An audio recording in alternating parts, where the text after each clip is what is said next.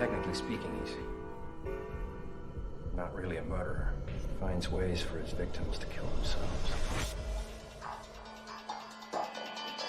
I wish they would all just disappear.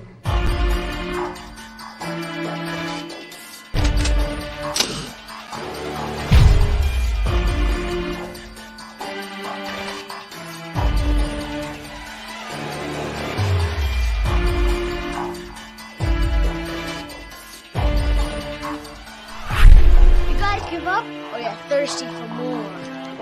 I'm gonna kill that kid! Don't move. Mom? No. Mom, what are you doing?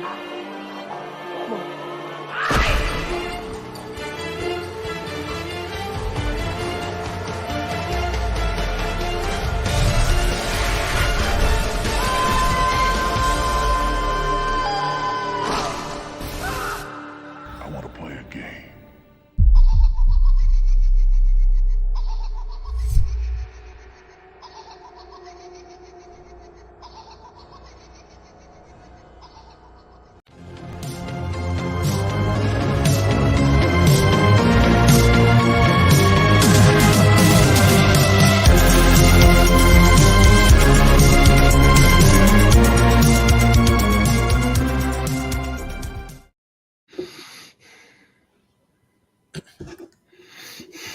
What's up, guys? Welcome to Wheel of Movies. We are back after a short little break.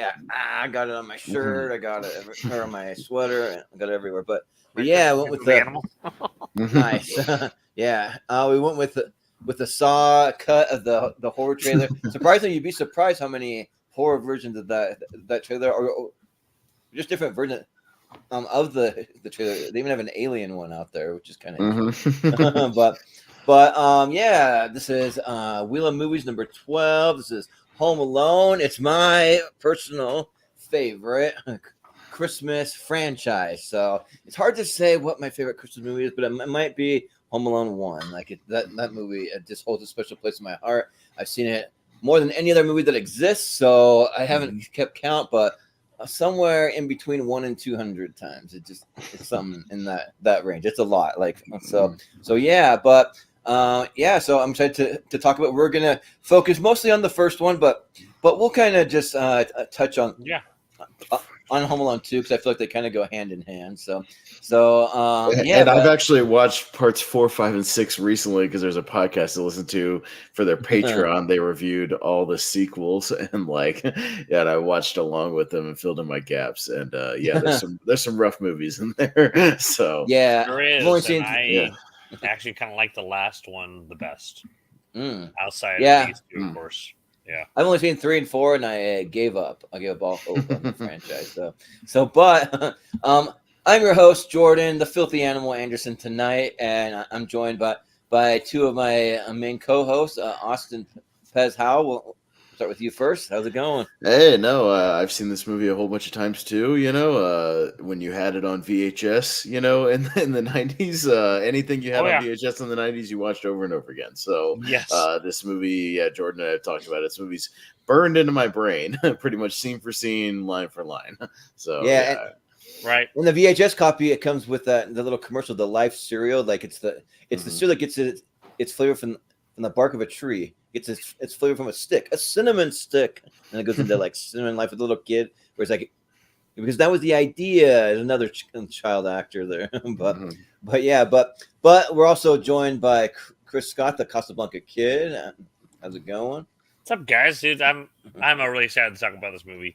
I definitely remember watching this movie, kind of like you. We had it on VHS. I remember watching the hell out of it, and we can kind of talk about the show, but I definitely gained a whole new appreciation a couple of years ago when movie theaters were kind of slowly opening. I got to see a certain movie that I know I've talked about and touched on. It kind of gave me a whole new appreciation for this movie because of And speaking of movie theaters, these are two of the movies that I distinctly remember seeing in the theaters. They're not quite the first, but they're some of the first. Within my first 5 or 10 movies I've ever seen in theaters. So I did see them in theaters. So I did too. But yeah, and they're also movies that are Christmas movies that I would watch outside of Christmas. There are not very many of those, but I watch Home Alone any time of the year. I don't care. Yeah. So yeah, but I was just gonna touch on a few things like we always do. Some kind of fun and interesting facts about the movie. I'll give a little bit of context about 1 and 2, so Home Alone 1 was released on November 16th, 1990, and then followed 2 years later by Home Alone 2, November 15th, 1992. So almost 2 years exactly. So that's pretty cool. And for me, I feel like they kind of did the sequels right, where you kind of do like a similar premise, but you make it like different enough to be just a little different, and then you expand on it and make it a little bigger, you know. So, and you don't wait too long, so your characters don't age out of their roles and all that stuff. Right. You know? Yeah. So, and then the runtime, for Home Alone 1, it's 1 hour 43 minutes. Home Alone 2 is exactly 2 hours long. So, got that. And the movie didn't win any major awards, but I mean, I personally think John Williams could have won for best score, just because like I think the score is phenomenal for these movies. They just really set the tone for every scene. Certain characters have their own kind of themes, and you can hear it playing different themes at different times. So yeah.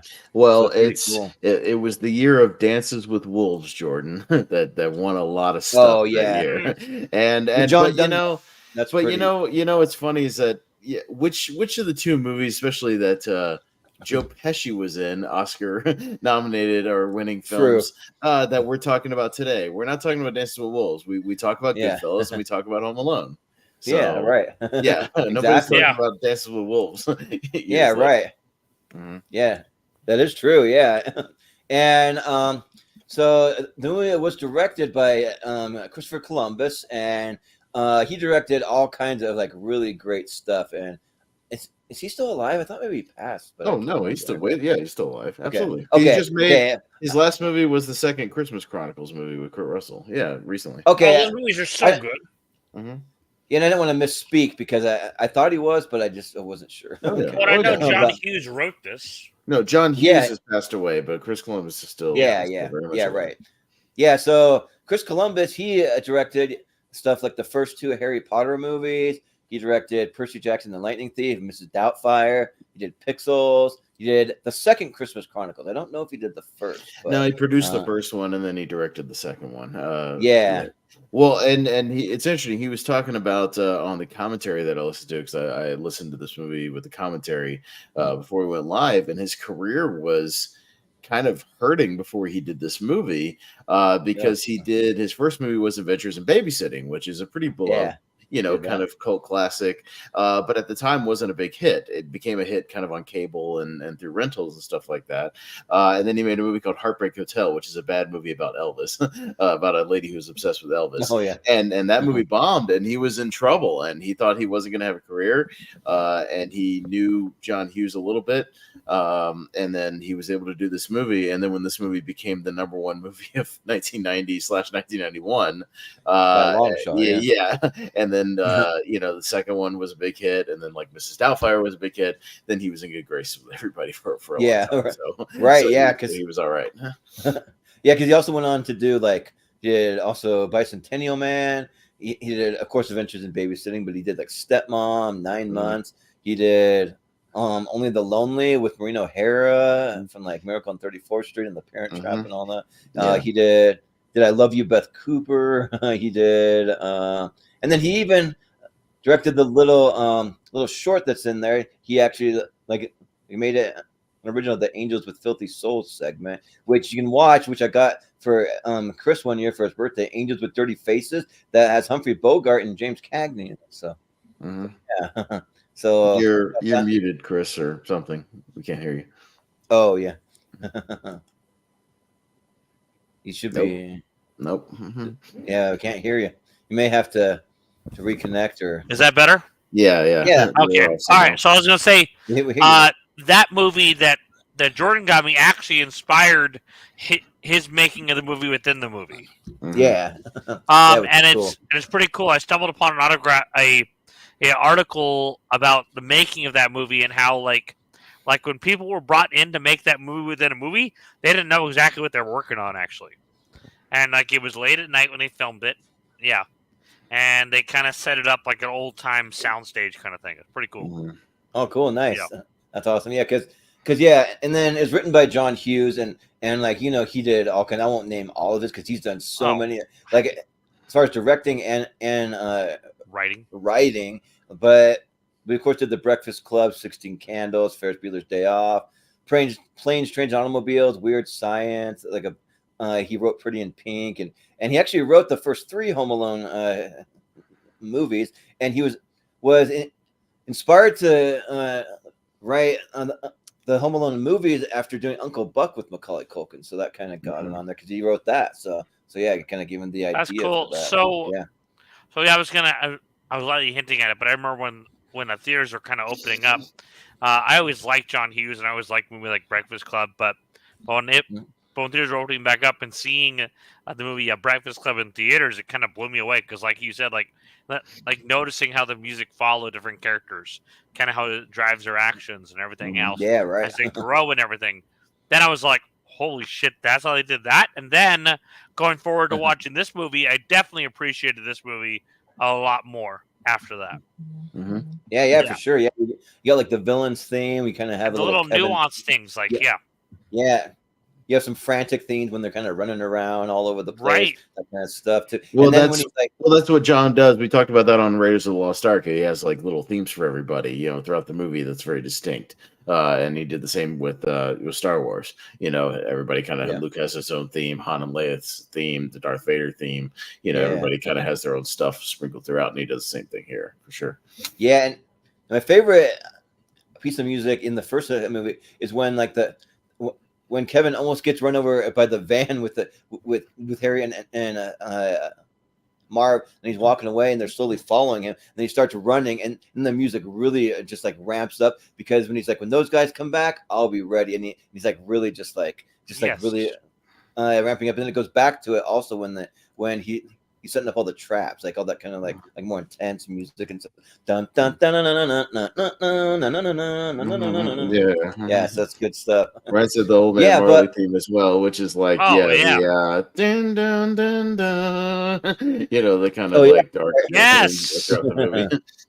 Yeah, it's good stuff. Yeah, and in the first, like both of these movies made a ton of money, but I mean even the first one made a lot. So it had a budget of $18 million. It made $476.7 million. What? I mean, just think about that. That is literally insane. One of the biggest margins that I've heard of in a long time. And especially you put in context of 1990, 1991, any movie that made over $100 million back in the day. Any movie that made over $100 million kind of in the 90s was usually a hit, as long as your budget wasn't too big. But hitting almost $500 million in the 90s was a really big deal. Big deal. So, that's huge. Yeah, that's a lot of money. Yeah, even the second one made $350 million, something like that. So still a huge hit. Yeah, absolutely. Yeah. Still huge, and so I'll just let you guys guess. I'm sure you've kind of taken a peek at the Rotten Tomatoes, but do you think that the first one or the second one was highly rated overall? Like, what would you? Oh, I already know them. Better reviews. Yeah. Chris, what do you say? Sorry, what was that? Which one do you think got better reviews from the critics? The first Home Alone or the second one? What would you say? I'd say probably the second one. Well, actually, no. It's the first one by a long shot. So the first Home Alone movie, it got a 66% from the critics and an 80% from the audience. So that's good from the audience. It's okay from the critics. I mean, it's not rotten. But the second Home Alone movie, Lost in New York, got a 35% from the critics. So it was rotten by a long shot, which is crazy. I don't know how that got 35%. That doesn't. That's make so sense. Dumb. People need to reevaluate the review. At the time, the first one at the time when it was released, and Columbus talked about that on the commentary as well. The reviews were very, very mixed at the time. Where Siskel and Ebert gave it 2 thumbs down on the TV show, and that was a big deal. Really? Wow. Yeah, because everybody was watching Siskel and Ebert at that time, Yeah. the Yeah. 80s and 90s. They gave it 2 thumbs down, but then he said he got his revenge when about 2 months later, when the movie was still just a giant smash hit and still like number one, and we'll talk about it. But Siskel, because he was in Chicago, they're both in Chicago, had to do like a location thing at the house and report on Home Alone being this phenomenon. So he said that was kind of a sweet, thing of revenge. But yeah, it's Owen Gleiberman of Entertainment Weekly gave it a D on his little letter grade scale. Wow. Yeah, I mean, it had some positive reviews. I mean, it was literally like kind of split right down the middle. Obviously, over the years, it's been reevaluated and whatnot. But yeah, at the time, this was more of just a word of mouth success, more so than the critics kind of propping it up. Yeah, right. And it's like before we had Rotten Tomatoes, we had Siskel and Ebert. They're like kind of like the Rotten Tomatoes of that time, Right. kind of thing. Yeah, and everyone watched. And I feel like they shows could make or break a movie. Right. Yeah, they could. Almost could. Yeah. Yeah. So, but yeah, I was just gonna get into some of the cast. I mean, basically everyone was returning for between the first and the second one, but except for I think one of the sisters got a different cast or something like that. But I mean, you got heavy hitters. Everyone knows the cast, but I'll just kind of run them down for anyone that might be tuning in. I mean, of course, Macaulay Culkin is the star. You got Joe Pesci and Daniel Stern. You got Macaulay Culkin's brother Kieran playing Fuller. You got Catherine O'Hara. You got John Hurd. Rest in peace, John Hurd. You got Devin Rattray. You got John Candy. Rest in peace too. And then you got a bunch of like guys. Like I really like it in the first one. You guys' names Robert Blossom, that played Old Man Marley. So like he was pretty good. Also, I even shout out the a police officer from the call center that they called the Larry Hankin. Yeah. Yeah. Mm-hmm. Yeah, he's always good when he shows up. He was in like Breaking Bad and some other stuff like that too. So yeah, but yeah, so like a really good cast overall. And then the second one, you just added people like Tim Curry in there. You add Dana Ivey playing the old lady at the front desk at the hotel. You had Rob Schneider in there. You add just the even where was I gonna find it? That they had one that was they have Ali Sheedy in there as the one of the like gay agents from the Breakfast Club when he first gets to New York, and he's like, you know what city that is? And he's like, that's New York, sir. Like you almost don't even recognize her, but that is her. So yeah. So yeah, it's a great little cast, and yeah, all like most of those people that I have gone on to have great careers. So most of them, I mean, minus like Devin Rattray or something, but yeah, but he's still working though. So yeah, but we can kind of get into it. So I guess I'll go to you guys first. So Austin, what are your overall thoughts on Home Alone, like as a franchise? When did you first see it? Like, do you really like it? Do you hold it as much of a Christmas classic as is I do? Because I have it in my 128, and it's probably ranked in my top 30 movies of all time. Yeah, I don't know if other than Die Hard, I have any like Christmas movies in my 128. There are movies I really like that I watch every year. Home Alone for sure. I watch A Christmas Story every year. I watch Jingle All the Way, all that kind of stuff. But yeah, like I said, I had both the first two on VHS. I do have a memory of seeing both of them in the theater when I was a kid, because I was 4 or 5 years old when this movie came out. A few years older when the other one came out, so I do remember seeing them. And yeah, we had it on VHS, so I watched it all the time. Again, when you had like 20 videos on VHS, which is what kind of most people had. You had a little cabinet, of just a few select things. You just watch them over and over again. So it was these, it was Back to the Future, it was the Indiana Jones movies, it was Star Wars, it was whatever, like all those movies that I had. Watched them tons and tons of times. So yeah, this movie's burned into my brain to where I could, quote it with you, Jordan, probably scene for scene, line for line, just go through the entire movie. But yeah, and and no, don't get me wrong, like I love the movie. I could watch it anytime, very, very breezy.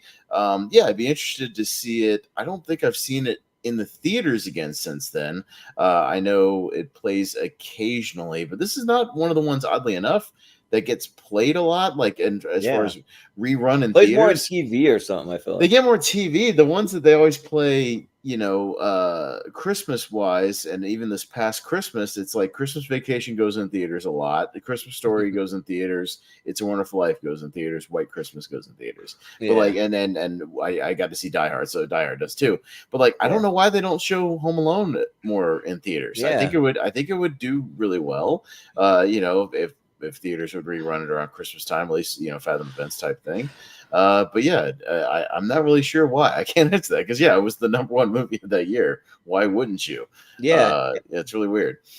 Also, especially now that Disney owns 20th Century Fox, if you want to make a little extra money, just throw in Home Alone 1 and 2 in theaters. I mean, it's easy money. I would do a marathon of those. Yeah, right.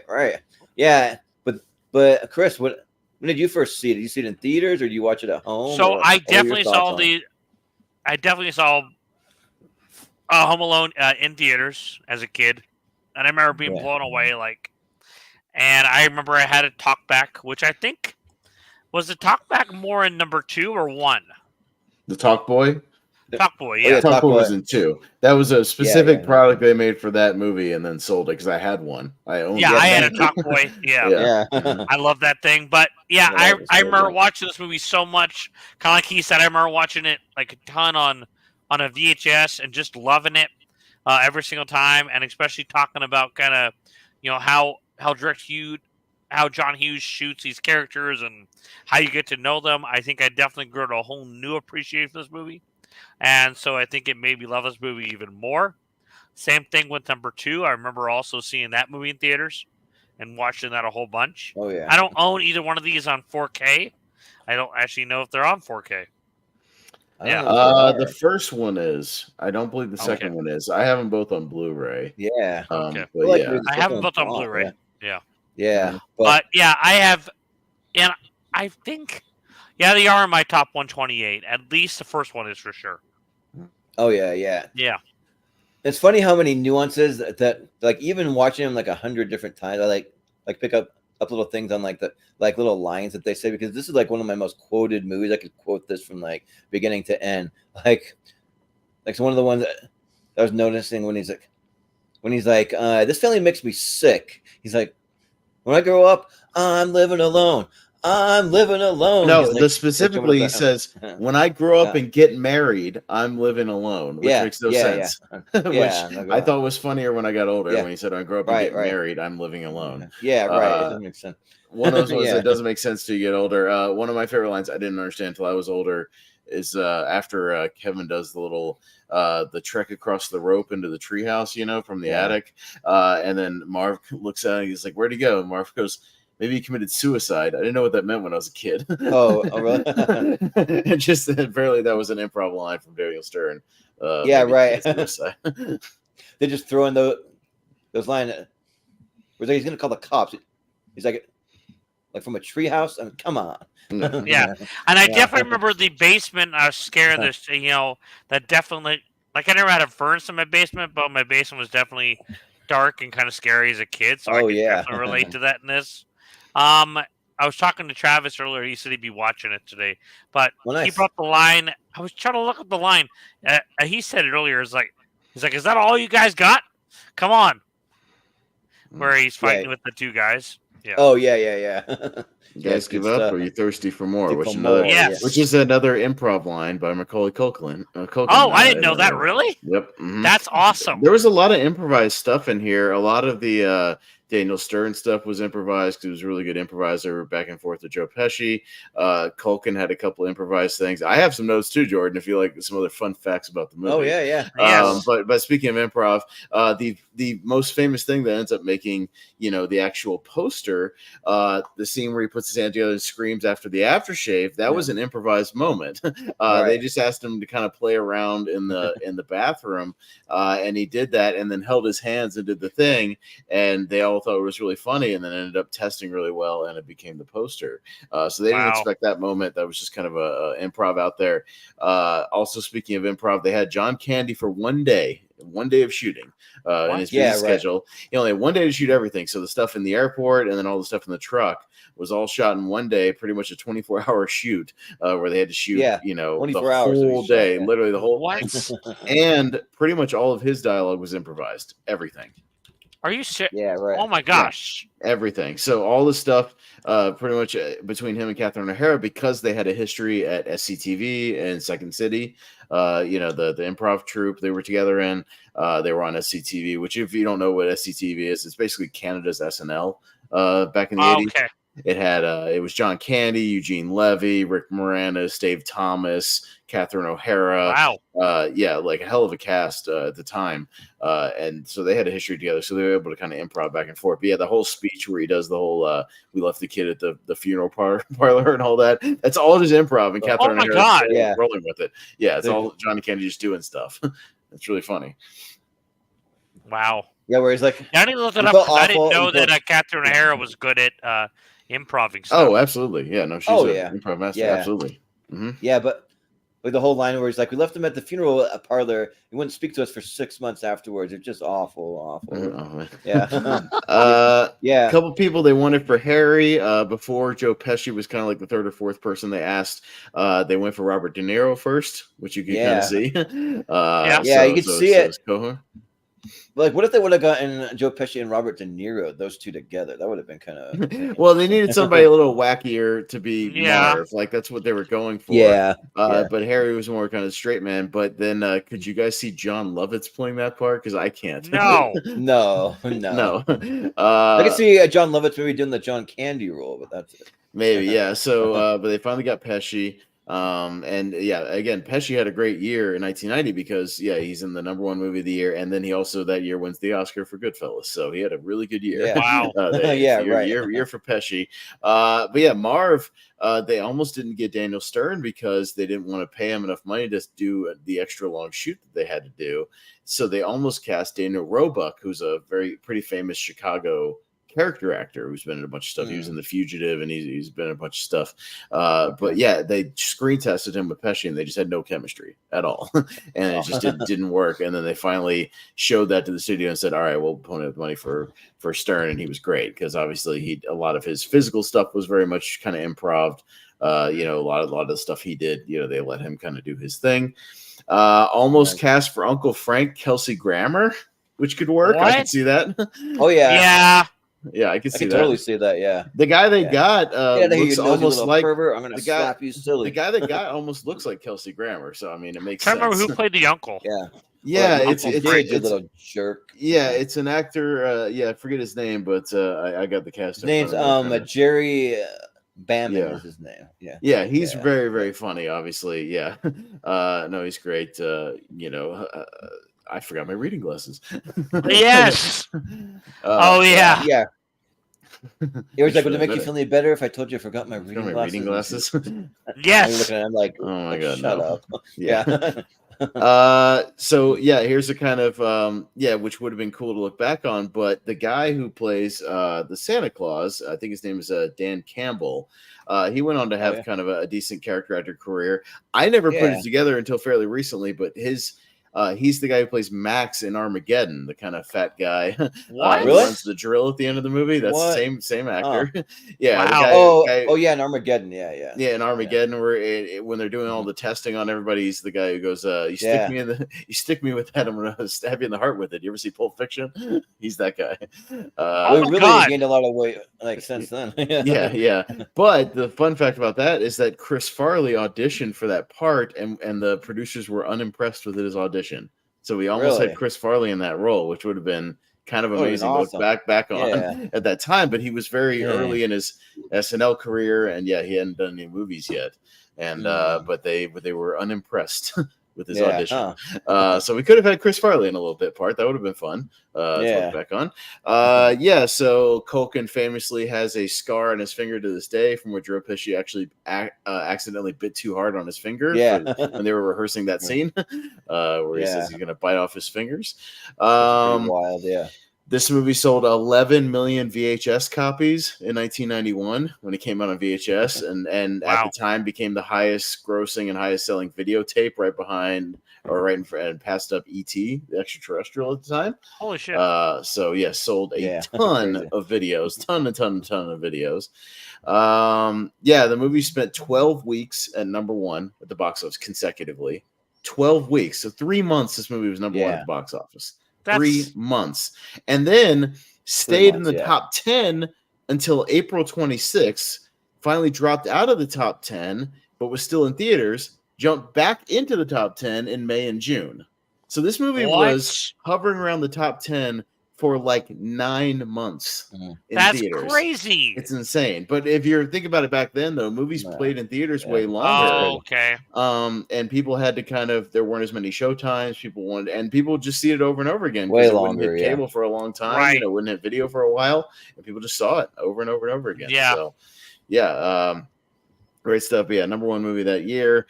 We talked about that. There was a planned post-credit scene that they didn't film, but there was a planned one where Harry and Marv would have been in prison, and then they see angels with dirty, filthy souls on TV and realize that they got scammed by that scene because they would hear the scene and then look at each other, give each other like a look, and that was going to be a post-credit scene, but they didn't film it. And then that would have been pretty interesting because that would have been cool. They had if you go online, you can watch deleted scenes, which are kind of interesting to watch. Like one of my favorite ones actually comes from Home Alone 2, though where like Uncle Frank's like, I can't remember the exact line, but he's like, what did they call like the lost little elf boy or like something like that? And he goes a yank and he pulls Macaulay Culkin's like pants down or something. He like the pants at them. So it's a really weird moment. It kind of makes sense that they cut it, but it's really funny to see in like a these things he's like yank and he just does it quick and takes off. It's just funny. 2 alternate titles for foreign titles overseas. One in a couple of countries it was called Mom, I Missed the Plane. Yeah. And the other one says They Forgot About Me was the other title.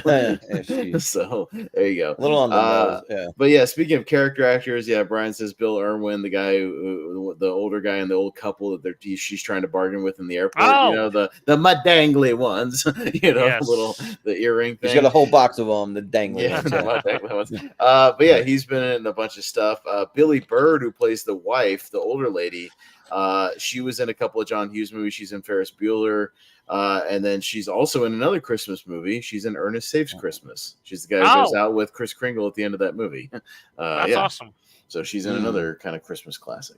Nice. But again, tons of character actors, people you recognize, kind of all through this thing. And even Stefan McAllister, the brother that is with Buzz in the room earlier when they're talking about the nude beaches. Yeah, right. Did you recognize him, Jordan? I don't really recognize him. He has a Tom Hanks kind of look to him, but I don't. It's Matt Doherty, aka Averman from Mighty Ducks. What is that? Really him? Yep. Are you sure? Are you shitting me? Yep. No way. Looks pretty different in that. I don't know. He has he has different glasses and different hair, but that is Matt Doherty. I believe you. Interesting, because when they're saying like, do you think French chicks shave their armpits or whatever? They're like asking all the. I was thinking, but they have nude beaches and like all that stuff. Yeah, that is him. It's Scott Pilgrim versus the World. Oh my god! I guess he's in that. I don't know. So quick cameo. Yeah, but that's him. Obviously, Fuller is Kieran Culkin, his real life brother, who's gone on to have his own pretty good career. Fuller, go easy on the Pepsi. Go easy on the Pepsi, and then the smile he gives him. And obviously, and then the other brother from Pete and Pete. Older Pete. That's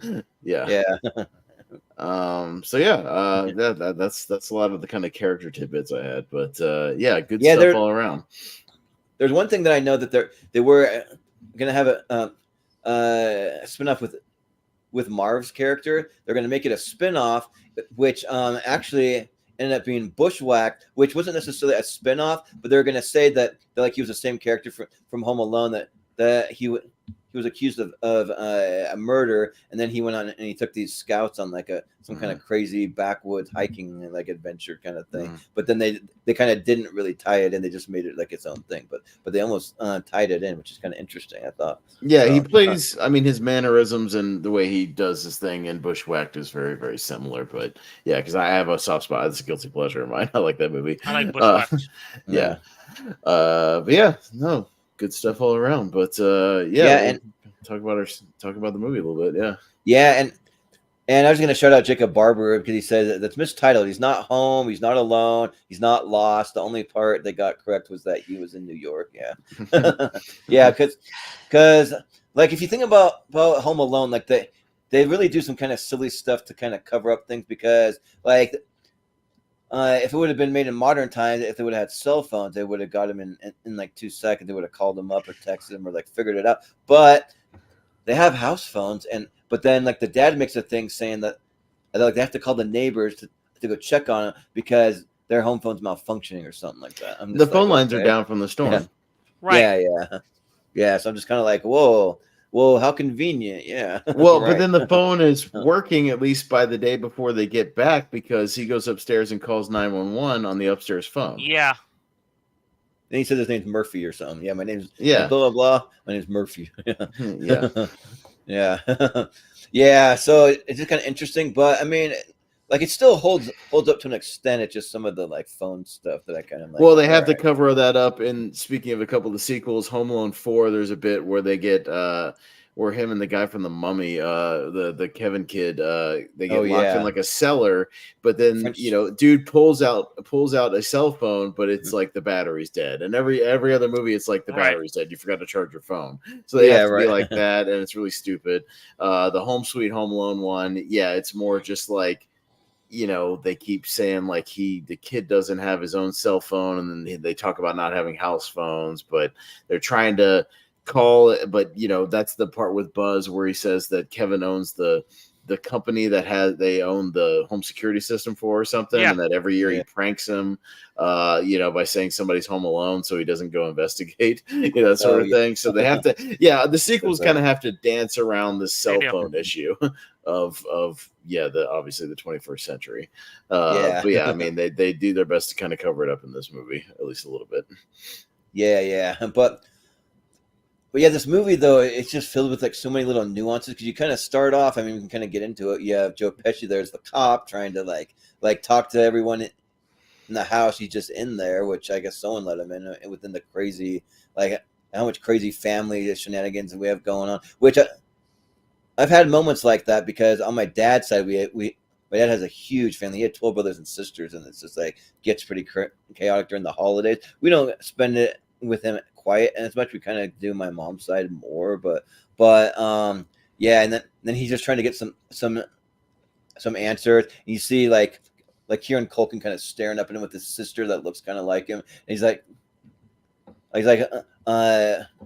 where are your parents going? Where are you going? What are you doing? What's going on? Asking all these questions, and then the pizza guy shows up, which is like of course the spoof on like Little Caesars and like Little Nero's Pizza or whatever, and he and then he's trying to get some payment. Even Uncle Frank walks up and he's like, "It's my brother-in-law's house. He'll take care of it or whatever." And then the dad comes up and he doesn't even do it, and then finally like the mom eventually has to pay the pizza guy. It's kind of interesting, but like even like the little things like me and my siblings will quote certain things like whenever we have pizza, we'll do the pizza when he's running down there to get pizza or whatever. And then we'll do well, someone's gonna have to barf it all up because it's gone. But that I hate sausage and olives and onions and all that stuff. And like the first time that I saw that scene when he like charges that Buzz, I thought he was really choking for real when he's like, quick, get a plate.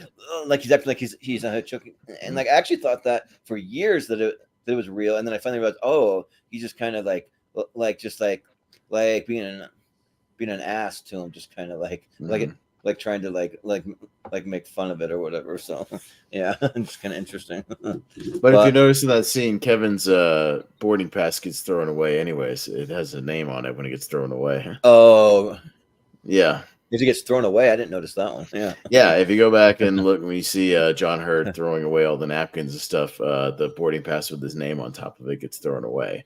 So they might have even had some trouble. Although it seems like when they get to the airport, they don't check any of the tickets regardless. They just kind of let them fly right by, pre 9/11. right. You could just run up to the gate, just run right in, just hand out a stack of tickets and just run right in. So Which, by the way, things... yeah, go ahead. Sorry. Yeah. No, you're fine. Sorry, one of the things I didn't quite realize for some reasons I was talking about the movie this year with my friend Travis was like that they'd already been casing all the other houses before that to make sure that they were gone, basically. Yes. Mm-hmm. Yeah. Right. Yeah. Yeah. Like when they first show him, he's like number 662. Turn on now. Number 667. Oh yeah. Now. He's like doing all the little things. Like he does exactly when the he's been going door to door as the cop talking to everybody in the neighborhood. Yeah, because they're going to hit the entire neighborhood, or at least the houses that are on vacation, or anybody that's out of town for Christmas, and anybody that's not, they're not going to hit that house, and they're going to try to hit it incognito with the plumbing truck or whatever. So right. Yeah. Right. Yeah, but then you see him just kind of going crazy, trying to get ready for the next day, and then of course conveniently there's a big storm, so you see all kind of like cool little shots too of like the storm outside. You see the bow flying off the thing. You see like yes. The wreath that's like shaking on the door, and you see the tree fall on the power lines, and the power goes out, so that resets their clocks, which luckily we don't have to deal with that as much with cell phones. But I mean, unless your cell phone dies. It's such a neat way to do it, though.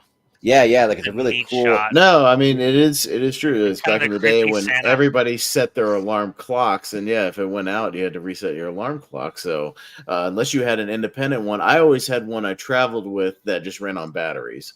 So you had no problems there. Kind of a travel one.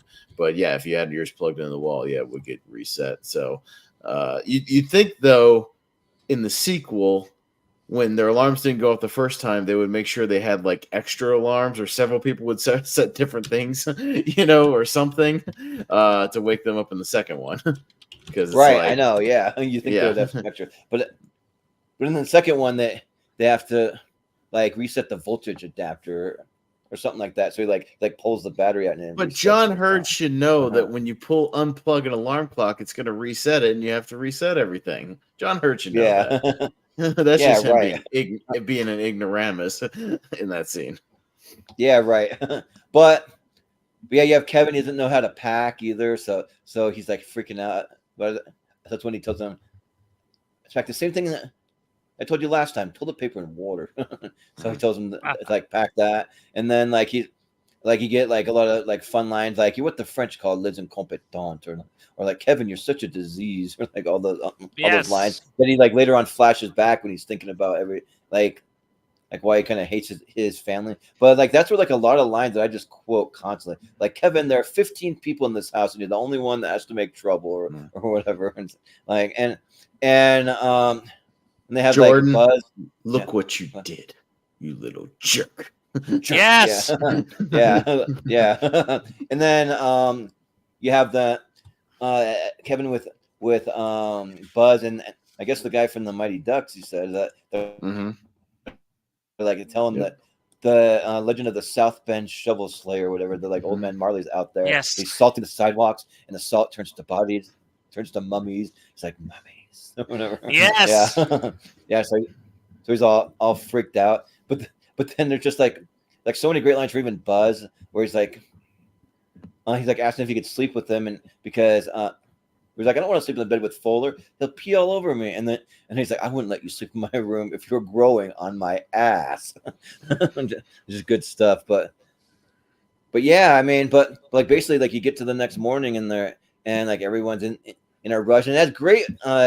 Like even like we already talked about the score, but even like the Christmas music, got like the Run Run Rudolph, the Chuck Berry that like fits really well when they're running through the airport, and then Kevin just wakes up and he's just home alone. But they do like really cool cuts too that are like back and forth where like they kind of showed like the gravity of it. He kind of wakes up and he's just looking around, being like, "What the frick is happening here?" And it just kind of makes it feel like you're just like you just feel it with him. Yeah, you just feel isolated. Sorry, like, Ross, you're incorrect. Old Man Marley is not the Knight in the Last Crusade. Sorry, just wanted to put that out. It's not the same. Oh yeah. No. No. The guy in the Last Crusade was a British actor. It's not the same guy. Yeah, that may have a similar look, sort of, but they have a similar look. And Old Man Robert Blossom was in the Last Temptation of Christ around the same year. Another thing that had Jesus alliterations, but not Last Crusade. Yeah, but yeah, I mean, you kind of like flashback and forth to like the mom and dad and the family on the plane, and when the mom's like, she's like, I swear I forgot something. Like what's going on there? He's like, do you remember to turn off the coffee maker? Or do you remember to like turn off the lights? Remember to close the garage? Like that's it.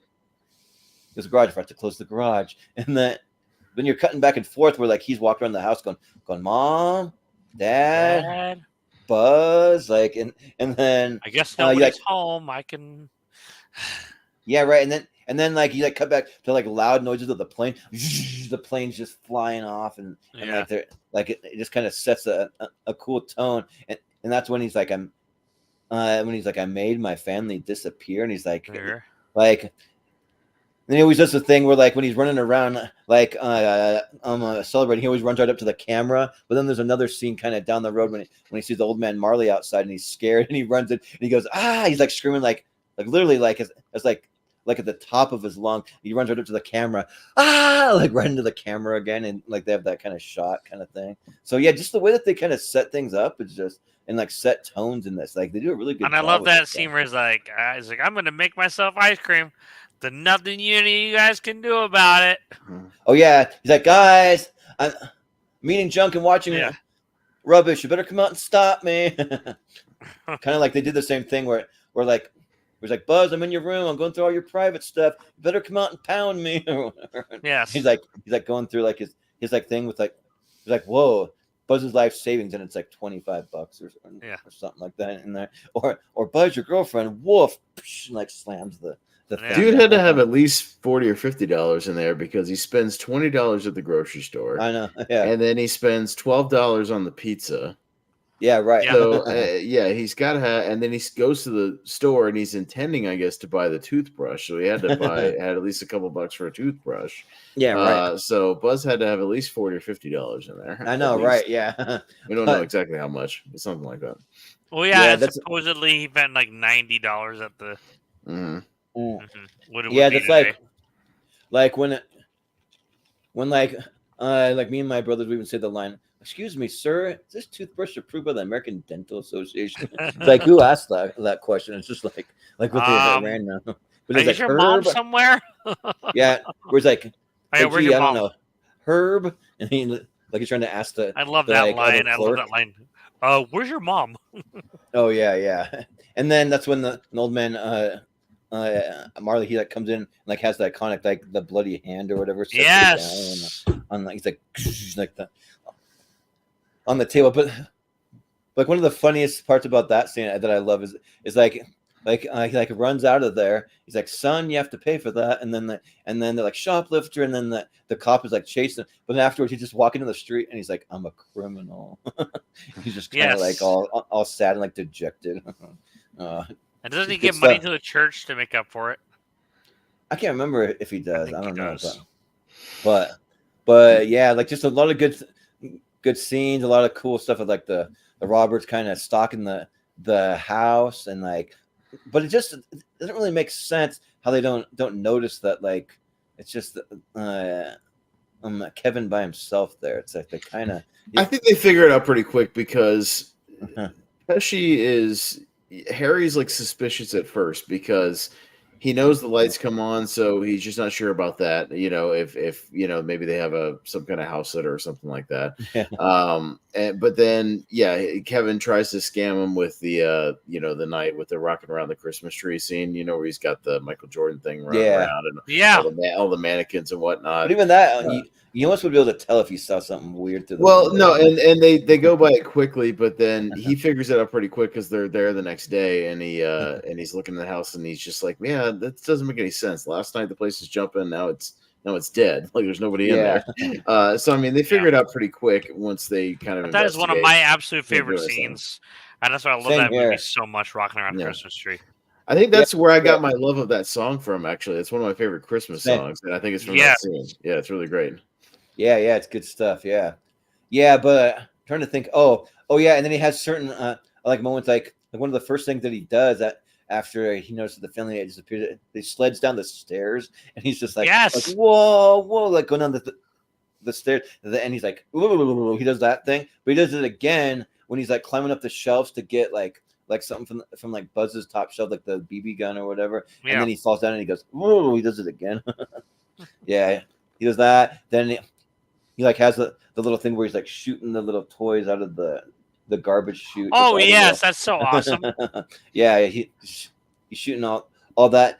I think that kind of helps set up that they're like, hey, here's the garbage chute, here's these going down. Then later on, when he sets up the whole iron coming down the garbage chute to smack him in the face. Everything's to set up and pay off. The BB gun, that thing. All the stuff he's kind of doing around the house throughout the movie is just kind of little setups for everywhere he's going to go. All the basement stuff is just set up for that location that Barb's going to break into. I mean everything's kind of a little setup and payoff for later. During right. So I watched the movie Violent Night with my mom and dad for Christmas. They've never seen it before. Oh my god, the movie's so good. Oh, that was a lot of fun. That attic scene. Oh no, the attic scene is straight Home Alone. It's incredible. Yeah. Yeah, and then Brian, I was just mentioning they must be a fan of The Grinch because he watches it in both films. Yes. Oh yeah, he does. Yes. Yeah, watch it in the first one in the house, but the second one watch it in the limo when he's like sitting in the limo TV or whatever. But yeah, and then like one of the things that like I'll make a joke of sometimes when they're like when we're at home for the holiday or like just whenever, like when you say the prayer at Jordan, I'll be like please bless this microwave momentous macaroni and cheese dinner and the people that sold it on sale. Amen.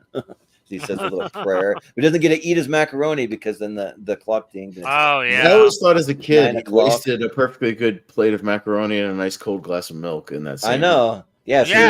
Yeah, wondering if he went back and ate the macaroni later, which is probably cold at that point. That's like one of my like kind of low-key pet peeves for like movies and TV in general. When they get a bunch of food, but then nobody eats it. It just that's a staple of the trope of that is in every other movie, like family film, the mom and with the family have this gigantic breakfast with everything you could possibly have, pancakes and waffles and fruit and bacon and sausage. And the working dad comes down, eats a bite of toast and leaves. Then he leaves. Yeah. Well, F you, Charles. Why do you eat some of this damn food I made? Yeah, right. Yeah. I just slaved over I slaved over all this food and you're just gonna leave. Okay. Or like the kid comes down, and just wants like a Pop-Tart and just leaves.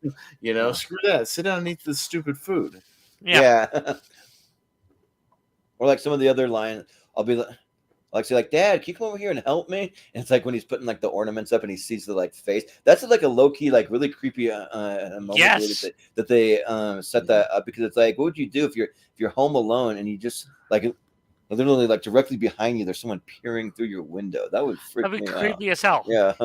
Yeah. That always bothered me in Pee-wee's Big Adventure as well. He makes this crazy breakfast and then eats like 2 bites of the Mr. T cereal and leaves the rest of it. What are you doing? The breakfast machine at the opening. One of my low-key lines that I always thought was funny as I got older just with Buzz being a moron, is when they're talking in the Paris apartment, and she's talking about how she's worried about Kevin, and Buzz goes, "I'll tell you why I'm not worried." He goes, A, I'm not that lucky. Yeah. Two, we have smoke detectors, and D, we live on this boring street. So it goes from A to 2 to D. To D, yeah. I always thought that was kind of really showing that funny. he's an idiot or something. Yeah, he's a dumbass. Again, those little lines that I appreciated more as I got older, like some of those bits like here and there that I appreciated. Yeah. And then also how they're watching It's a Wonderful Life in both the movies, but the one time they're watching in French, and the next time they're watching in Spanish because they're in Miami. So that's just kind of interesting. And then like just so many little things that I just catch on that like maybe I like way more than a lot of people. Even like just shows Uncle Frank how he just squabbles with his wife all the time. He's like, attention, I brought you some shrimp here, Frank. Those are for later, Frank. Like, don't get those out, Frank. It's like who cares? Yeah. No, there's always been the debate about what Kevin or Peter McAllister does for a living to afford that gigantic house. Yeah, right. And B, afford to fly his entire family, all 11 or 12 people, whatever it is, to Paris, including 4 first-class tickets for the adults, and be able to afford all this stuff. And they never mention exactly what he does for a living. Right. But Kate, has all those mannequins and stuff. I think she does sewing and stuff in the basement. Yeah, she probably does. But Peter McAllister has to do something, but we never find out in either movie what he really does for a living. Yeah, because then he flies him again, to Miami in the next movie. So he does. Or one of my other favorite scenes is like when they're getting ready to leave for the airport, and the guy in the shuttle, the neighbor kid comes over, and he's like, you know, if the McAllisters are going to France, but does this thing get good gas mileage? Does it have 4-wheel drive? He's like, I don't know, kid, beat it. I told you already, beat it. It's like the annoying. There's something I quote Jordan in my store all the time whenever I see kids a lot, and I quote Marv a lot in this movie when he goes, "He's a kid. Kids are stupid." I quote that. Yes. And he goes, "Yeah, kids are scared of the dark." Yeah, you're afraid of the dark too, Marv. Well, you know you are. Like, I am not. You are too. So. Not. Yeah, it's like the same thing. Like, I think we're getting scammed by a kid. We don't know that, Jonathan. Jonathan says Kate has the money, not Peter. She's a stronghold. We don't know that. We have no idea what Peter does.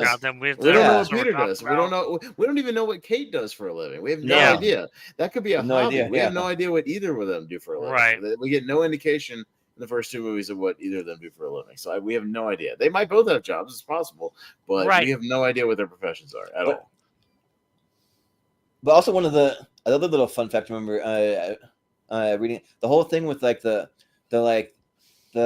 old man Myrtle stuff. They added that in after the fact. They weren't originally going to have that storyline in there, but then Christopher Columbus wanted to have more heart to the movies. He wanted to have more of a heart warming thing. So they add the whole scene where like goes to the church and he's listening to the choir, and then the old man comes in and he like tells him about his daughter and like how he's not able to see his granddaughter, and now he doesn't really speak to his son. He's not welcome there anymore, all that stuff. So they kind of add that in there. So which is kind of interesting, which I like. I'm actually glad that they added all that stuff. I love all the stuff with the Duncan's toy chest. Oh, yeah, and the second one. Yeah. According to the Home Alone novelization, it's been suggested, but not confirmed specifically what they do, that Kate is, in fact, some kind of fashion designer. And Peter is some type of businessman. We don't know exactly what he does. Right, that's what I assumed. So the novelization, again, we don't know specifically what they make or how much they make, but they must be doing both of them pretty damn well in Chicago. Yeah, right. Yeah. Right. Yeah, but and also one of the other improvised things is like Joe Pesci doing like the fake swear words like retcha, fretcha, and then like just getting mad about that little thing because they wanted to keep it family friendly. So they didn't have hardly any language, but there was a slip up that they actually kept in the movie. There's a scene where Marv is like trying to sneak through the back door, through the little doggy door, and he like puts his foot in and loses his shoe, and he's like, shit. my shoe or whatever, but they just leave it in there. So it's like the one little Oh, curse, really? like curse word in there. Yeah, yeah, but I love when like Kevin just gets kind of cocky where he's like, guys, I'm gonna call the cops. And he like runs to the neighbor's house or whatever, and he's just smiling at him. Because like in the first one, when he's like, if you had enough, you get thirsty for more, and then the second one, he's like, I'm up here, you big horse's ass, or something. Yeah, it's good stuff. But I mean, yeah, like Home Alone overall, like it's kind of the same from the first to the second. It's like the family leaves him, and he ends up by himself somewhere, and he has to try to survive, and he does pretty well, and then he's able to like stop some bad guys from breaking in and like trying to rob the place or even kill him, maybe in the second one. And yeah, but just all the little nuances that just make the movie so great, like why I love it so much. Like it's just all these little things where, like, even when he's like checking out and like the cashier's kind of questioning him, and he's like holds up the little army man, and he's like, for the kids or whatever, and then he's like, you know if these microwave dinners are any good? He's like, I don't know. He's like, I'll give them a whirl. And just like, there's like so many little just lines that just like I can sit there and quote. And well, that's just have fun with again. it. That's one of the main reasons it works. Is again, it's kind of a flash in the pan thing about Macaulay Culkin, is that he had that charisma to kind of carry the movie, and the movie and the people making the movie realized that he was kind of the star. Even though you have these legitimate stars like Pesci and Daniel Stern and whatnot in the movie, but without a good central character, and the sequels really prove this with the kids they cast in the lead roles in the sequels that just aren't as charismatic, that just don't carry the movie.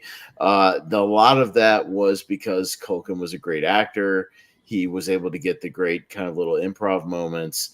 He has that charisma to where you could just watch him just goofing around, and it's captivating and it works. And they do the same type of stuff in the sequels, but it doesn't work as well without a kid that you could really grasp onto, like Macaulay in these first two movies, which is why he kind of anchors it, makes it work. Probably 3 still works for me, and then Home Sweet Home works for me, and outside of that, no.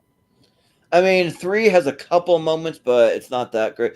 And I hated 4, so I didn't watch any other ones. So 4 is bad. 4 is the worst because also it's terrible because they're playing the McAllisters again, which is stupid. So the kid's playing Kevin, like but they somehow only have 2 kids in that one. It's just Buzz in the other one, which is dumb. Yeah, French Stewart is playing Marv, even though he's dressed like Harry, because nobody bothered to do their research as to which one was which. So he's dressed like Harry with the snow cap and the scarf and all that, which is what Harry wears, not Marv. So they couldn't even be bothered. The 5th one is just boring. It's got Malcolm McDowell, and it's just not great. The 6th one, I rewatched it again recently. It's got enough with the comedic cast to where the cast carries it along for me enough, like to where I have some goodwill watching Ellie Kemper and watching Rob Delaney, Pete Holmes, the kid from Jojo Rabbit like has enough charisma to where he's all right. It's just the plot is weird about making this couple that's down on their luck trying to save their house, like kind of not the villains of the movie, but making them the ones taking this horrific punishment at the end of this movie. And you're just like, you almost feel bad for them. No, I feel bad for them. I'm just like, what? Like, no. And it seems very like kind of over the top and cruel to what it is. So, it's weird. So that plot is just weird, but enough of the cast kind of carries it. And it's weird that the third one is the one that Roger Ebert gave a thumbs up to out of the first 3. It's like, what? Weird. It's just like I don't understand that. John Hughes was attached to that. If you watch the trailer for the third one, boy, do they plaster John Hughes' name all over the trailer for that one. They're like, from John Hughes. Oh yeah, right. Blah blah blah. Like it's really really strange. And Scarlett Johansson's in the third one. She's in like 3 minutes in the movie. She's barely in the movie. She's in like 2 scenes. It's like the mom or like a sister, or I don't know. She's the sister, the older sister, but he has like a brother and a sister in that movie, but they're both away with the parents or whatever. It's not great. But just thinking of like just to kind of touch on the second one, like if you have any favorite moments. One of my low key moments made me laugh when I was rewatching it today, because I really like his interaction with the bird lady. There's actually a pretty funny SNL skit that I found where it's like they're like playing out the whole bird lady scene from New York. That's like pretty good. But like when he first sees the lady, she's just in the park. It's like this whole dramatic music where it's like a reveal of her, and then he just looks at her and goes, oh, sick, and he just runs off the other direction. It's just like have you ever seen a homeless person or someone with animals? It's like just funny. And he just takes off running to the hotel, and then it's kind of creepy, yeah, but there's little things like so Donald Trump actually owned the Plaza Hotel, so he pretty much almost forced his way into it. Like he said, like if you want to use this, then I got to be in it in some way. So they have been like, do you know how to get to the lobby? Yes, down the hall and then to the left or whatever. And then, but yeah, the Duncan's toy chest stuff is really great. It's got the guy. He's in I want to say Rookie of the Year, like that. Eddie Bracken, Eddie Bracken, the guy who plays Duncan. Yeah, he's the general manager in Rookie of the Year, the older guy who you know who's obsessed with like the Cracker Jacks and stuff. He's in Baby's Day Out. He's the old timer at the Veterans Home at the end of that movie. He's in. Obviously, we talked about Vacation. He's Roy Wally at the end of National Lampoon's Vacation when he shows up there. And then he's Duncan here. He's really good. Yeah, he's a really good actor. Yeah, Eddie Bracken, and I think he brings kind of a, I don't know. Yeah, I really like his scene with Kevin there. Yeah, at the register. I think it's pretty good. The way he kind of puts things in perspective, for Kevin. Like I really like that scene a lot. Really like where he got all that money, and he's like, I have a lot of grandmothers. And he's like, oh, that explains it. And then he's like, well, for your nation, you can pick something off the tree, and he's like, may I suggest the 2 turtle doves? And then he's like, I get 2 things. He's like, well, they're 2 turtle doves, and talks about like why the one thing. I like why, like how you'll be friends forever if you give one to someone you really care about, and then you keep one, you'll be friends forever. So he gives one to the bird lady at the end, which is cool. Yeah. So they're friends. So, but it's like, in the like SNL skit, that's like pretty funny because when he goes back to see the bird lady, he's like, yeah, so I was just staying in this really fancy hotel over across the street. It's like, oh, you're staying in a really fancy hotel, huh? Well, I'm just stuck here out in the park. And he's like, yeah, all right, well, see ya. And then he just takes off. He's like, wait. I was just doing this delicious cheese pizza. He's like, oh, I've been so hungry. You have a cheese pizza there? He's like, oh yeah, here you go, birds, enjoy some cheese pizza, and just throws it on the ground for the birds as they give it to the lady. And like, he's not really getting like he's supposed, like he probably should help her out a little more, It's just funny, but yeah, all the stuff with like the hotel like management with like Tim Curry's really good, and even Rob Schneider, and the hotel like, not but the freaking seriously concierge.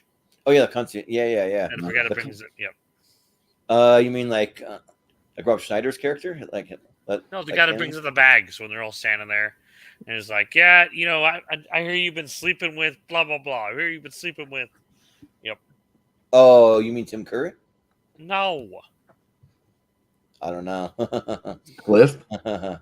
Yeah, Cliff. Cliff? Oh. The guy they cut to that just makes the funny face when he says, you sleeping with Snuffy? Yeah, Leo, little Mo with a gimpy leg. Cheeks, phony pot, Cliff? Yeah. Like it's a lie or whatever. But like Tim Curry though, he's just so good. Whereas like when he like first comes in, when he's like, get out of here, you nosy little pervert, I'm gonna slap you silly, and then he's like just has like a weird yell. He's like, whoa, and he just runs out the door and like trips over the table, and then like when they have everyone there, when he's like, open our door, and he like runs out, and he's like there's an emergency, there's an insane guest with a gun. They're just like shouting all that out, and yeah, he's good. And then or like when like Kevin gets stranded out in New York City and runs into like all the homeless people. Watch it, kid. Just right in, yes, like in his face. And then he like hails a taxi, and then he's like, boy, it's scary out there. Like ain't much better in here, kid. I was never scared. In his As a face. kid, I was never scared of those people. It was the first lady that doesn't look at him or talk to him. She's just one of those schizophrenic people just talking to herself. She's like, have hands, house, like that was the Yeah, people that yeah. scare me, because those are the people that still freak me out in real life. The people who are like schizophrenic and talk to themselves constantly, and are having like full on conversations and arguments with people who aren't there. Yeah, Those are the right. people who freak me out. Yeah, it's not so much the watch it kid thing. Like that was like more funny to me. That he found himself so funny. Yeah, I did think it was amazing, like how they lean into that kind of that almost horror elements. Watch Oh, it, kid. yeah. Yeah. Yeah. Or it's Yeah, like, that definitely scared me as a kid. Yeah. or like the two prostitute ladies. Hey, kid, you want me to read you a bedtime story? Or Yes. yeah, but yeah, there's just more of the same kind of little nuanced things. That they put Harry and Marvin like a bigger setting, where it's like at midnight tonight we're robbing Duncan's toy chest, 5 floors of cash, and then they keep popping out the little doll houses or whatever. Yes. It's like, hey Harry, there's no bathroom in here, or like whatever. But like for me, almost like the little nuances are like I get more enjoyment out of those things than just all the traps and them getting hit by traps. I like that stuff, and it's funny, especially like my favorite one out of all of them is from either movies when Marv gets electrocuted and he turns into the skeleton. Oh, and he turns into like the whole skeleton you can see. So yeah, but yeah, there's even more little nuance and like quotes from that. It's like, Harry, I've reached the top, and then he falls down on the thing or whatever. Like, wow, what a hole. Yeah. So there's stuff that's for me that I grew up just quoting left and right, like shoot him Marv, or shoot him Harry, shoot him. Stop trying to shoot him and shoot him. It's like, I'm trying to shoot him, like smacks it or whatever. But I guess that like the whole birdseed thing, they really covered the actors with the birdseed. They sent about 100 birds at him, and they just flew over. There's even like a thing where like Daniel Stern said that he could have sworn a bird flew in his mouth during that. Like, it's just kind of crazy. So yeah, but yeah.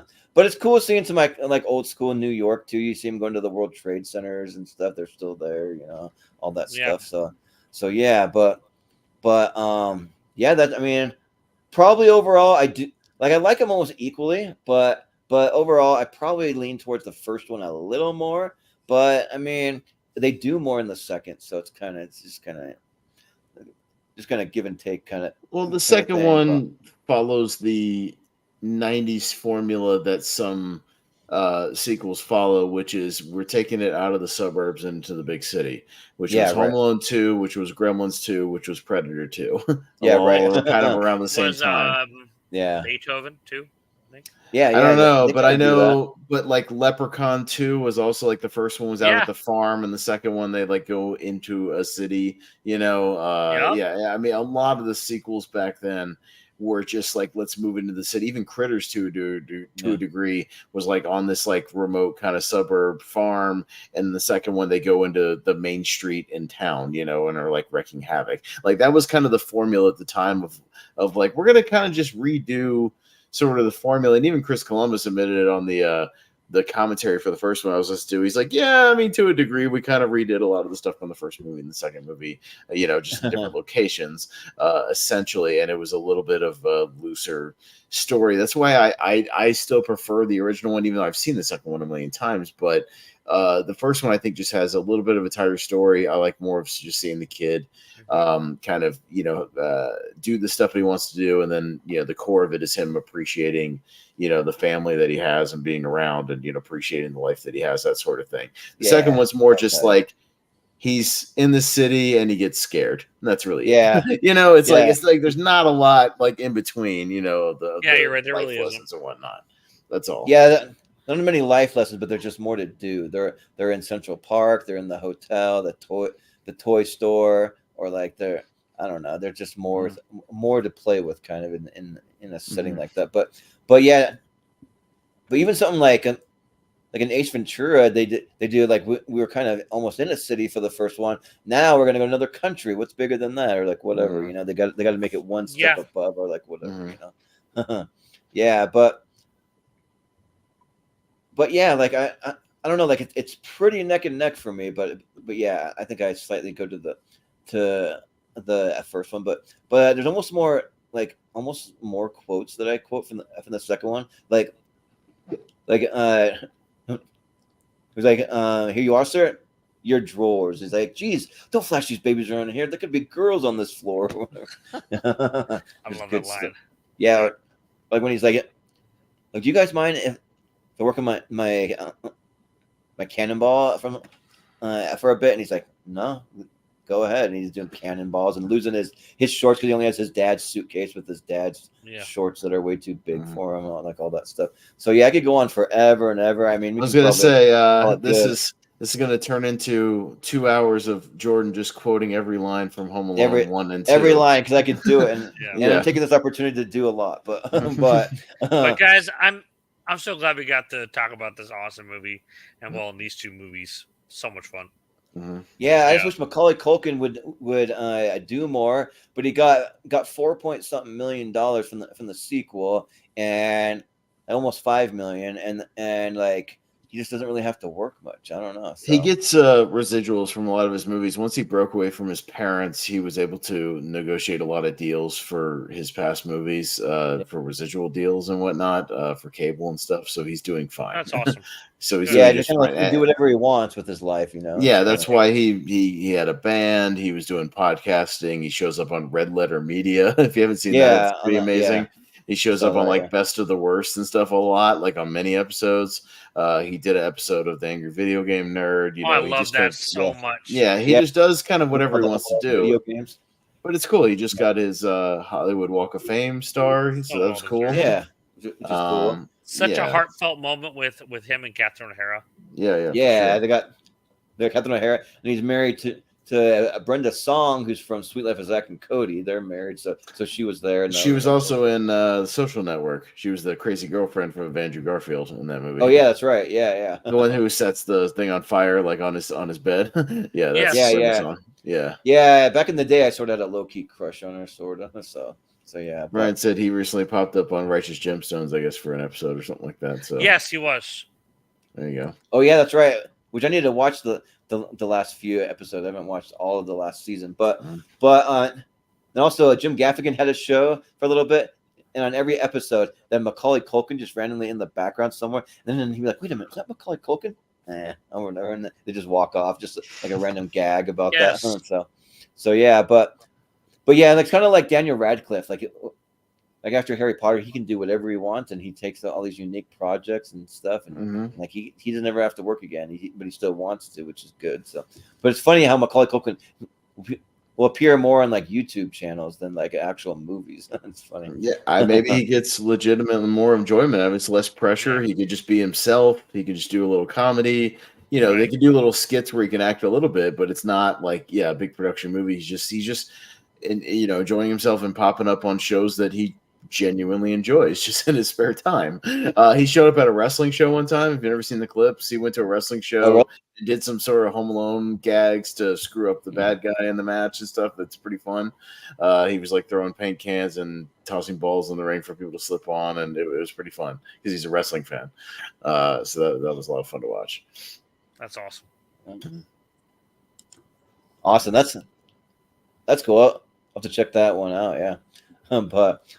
But yeah, so for me, I mean, we can probably just wrap it up there. But for me, overall, out of 10, like, you know me, these are some of my favorite movies of all time. I give both these movies a 10 out of 10. But if I were to just pick one, I slightly prefer the first a little bit over the second. But it's close. They're both 10 out of 10 movies. I don't have a lot of 10 out of 10, but when you make my top 30 movies of all time, most of those movies are going to be 10 out of 10s for me. Mm-hmm.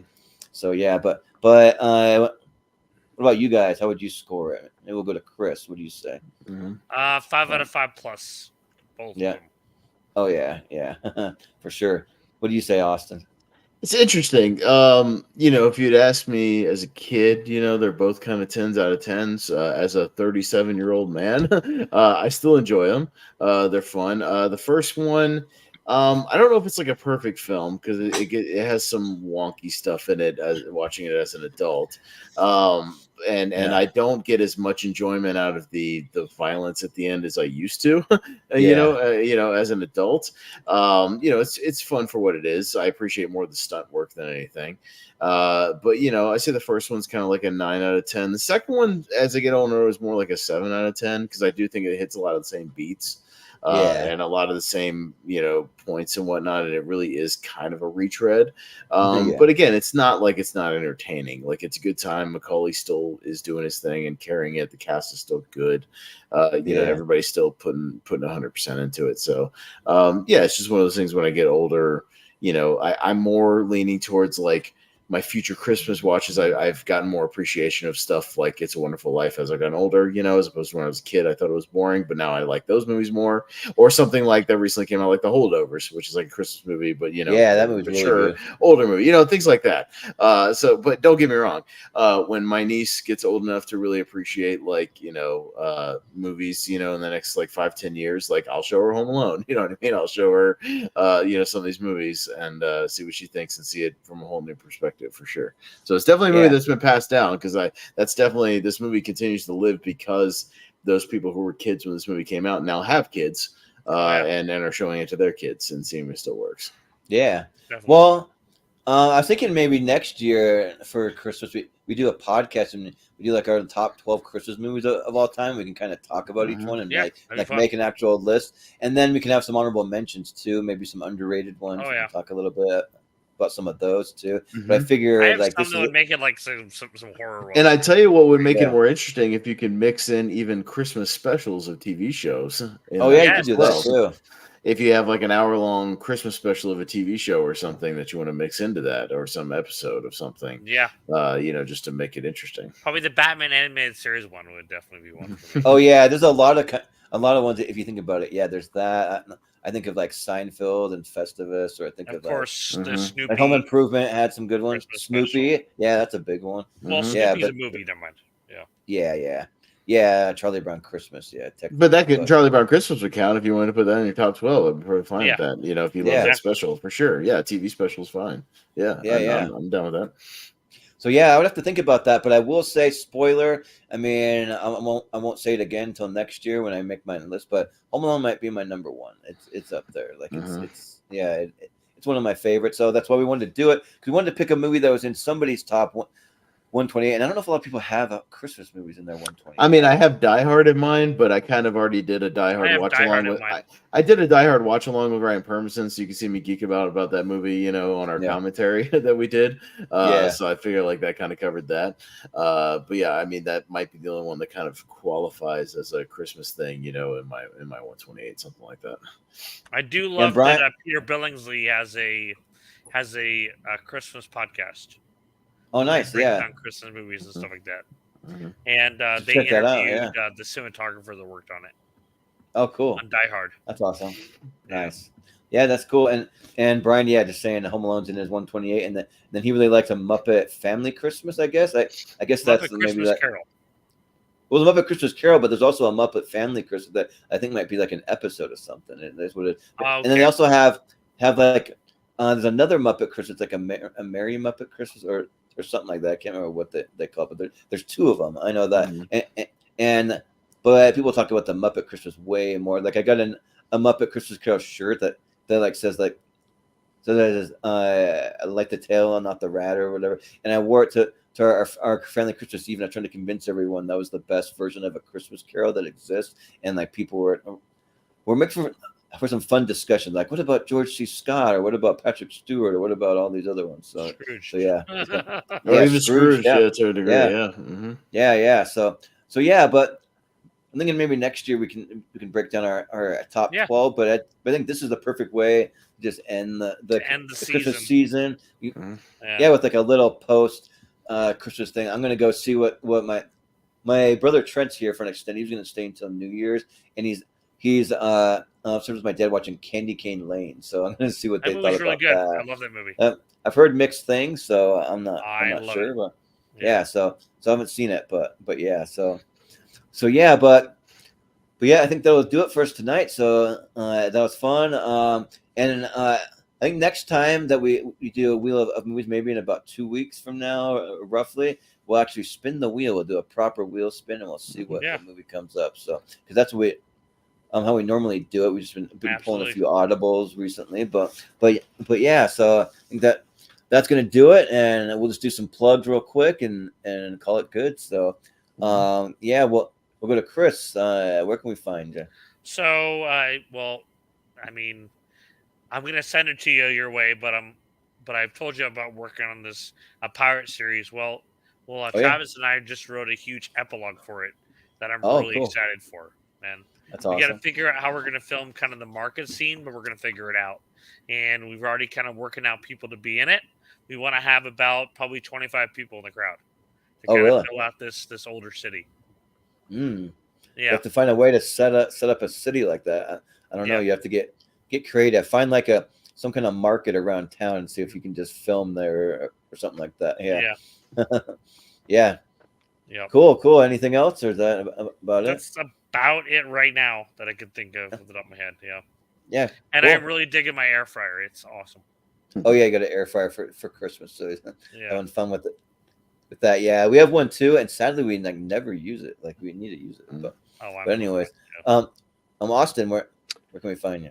Yeah, no, mostly here on the Movie Hero Network. Obviously, co-hosting most of the shows that come out around here. The only thing I've kind of that's popped up recently is you can go over to TMG Entertainment. We posted the link in this run on Friends and Family Group. You can see me and Aaron Knoll do a show about our top 11 Scorsese movies, which we had a good time doing that. And we had almost very different lists. We only had a few crossovers here and there. So we talked about a lot of different movies on there. So if you wanted some suggestions for some Scorsese on there, go check that out.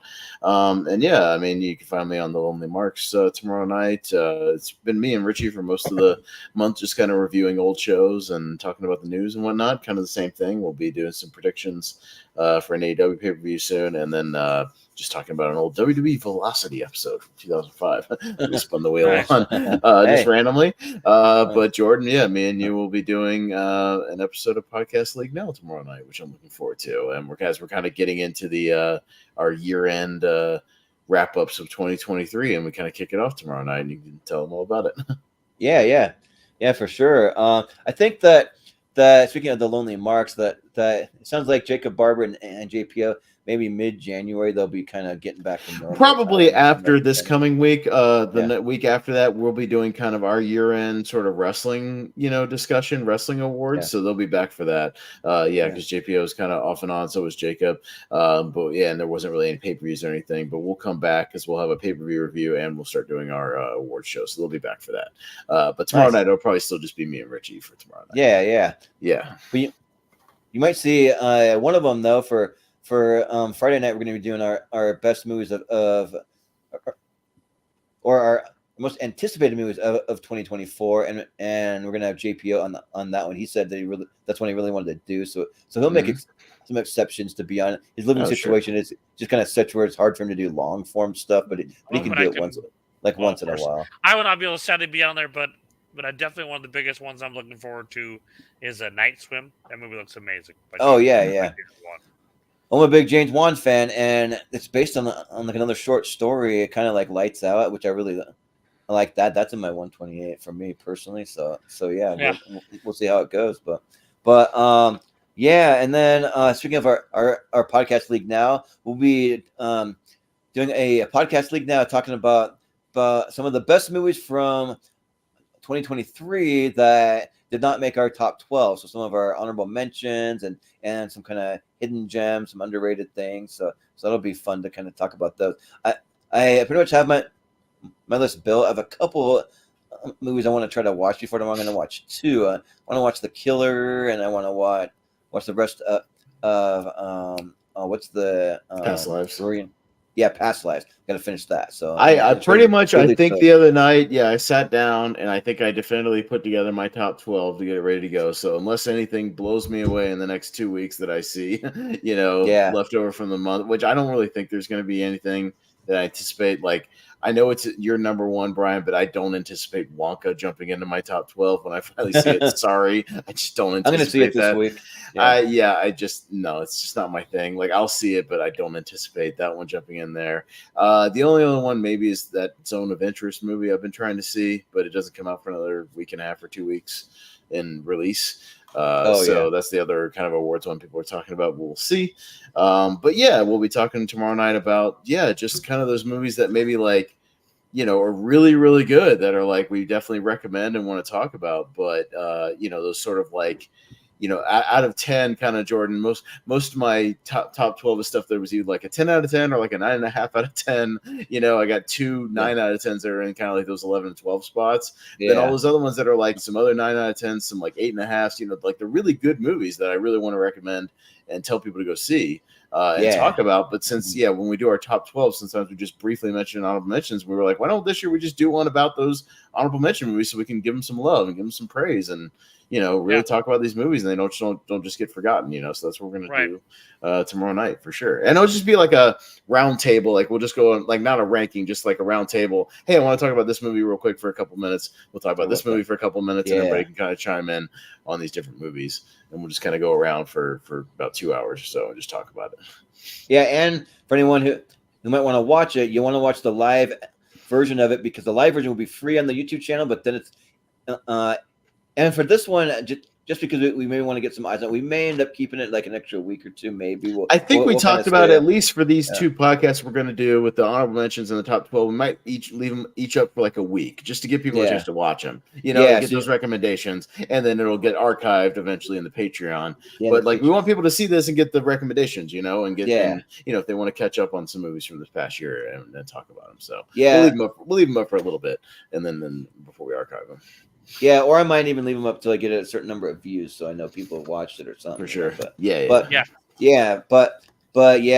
then after that, you can watch it on our Patreon. It's patreon.com/movie hero. You can find a lot of exclusive podcasts and things. We have the first of the year coming up. So speaking of that, I'll be having probably sometime later this week. I'll have an extended schedule up on the Patreon, so you can see about 4 months out on what we have going on the channel. If you want to have first dibs on signing up before other people do, you got to be a member of the Patreon to be able to see that. So you can sign up, and you just sign up for the lowest tier for the extended schedule. I'll give that out for just the one $1 tier. We have a $5 tier. That's what we have it. All the podcast episodes at the $5 one, so you can see it for that too. And then I'll just give just a little preview. I won't do as much. You can tune in Friday, and I'll give a little more. But next week we'll be doing our best movies of 2005 ladder series, and we'll be doing it on a Tuesday, Wednesday, Friday because Monday's obviously New Year's Day, so we'll just give people that day off, and then we'll do it Tuesday, Wednesday, Friday, and that'll be what we have for next week. So I'll just kind of keep it short and sweet tonight for that. So, and then also we'll be back on. I think it's Monday the 8th. We'll be back with recasting Willy Wonka and the Chocolate Factory. So that's when it will officially be. Because we usually try to do those episodes on a Monday. So but I think that's gonna do it for us tonight. So but thanks again, guys. This was a lot of fun talking about my favorite Christmas franchise and we'll see what the wheel has in about 2 weeks. We'll spin it and we'll see what we got. So for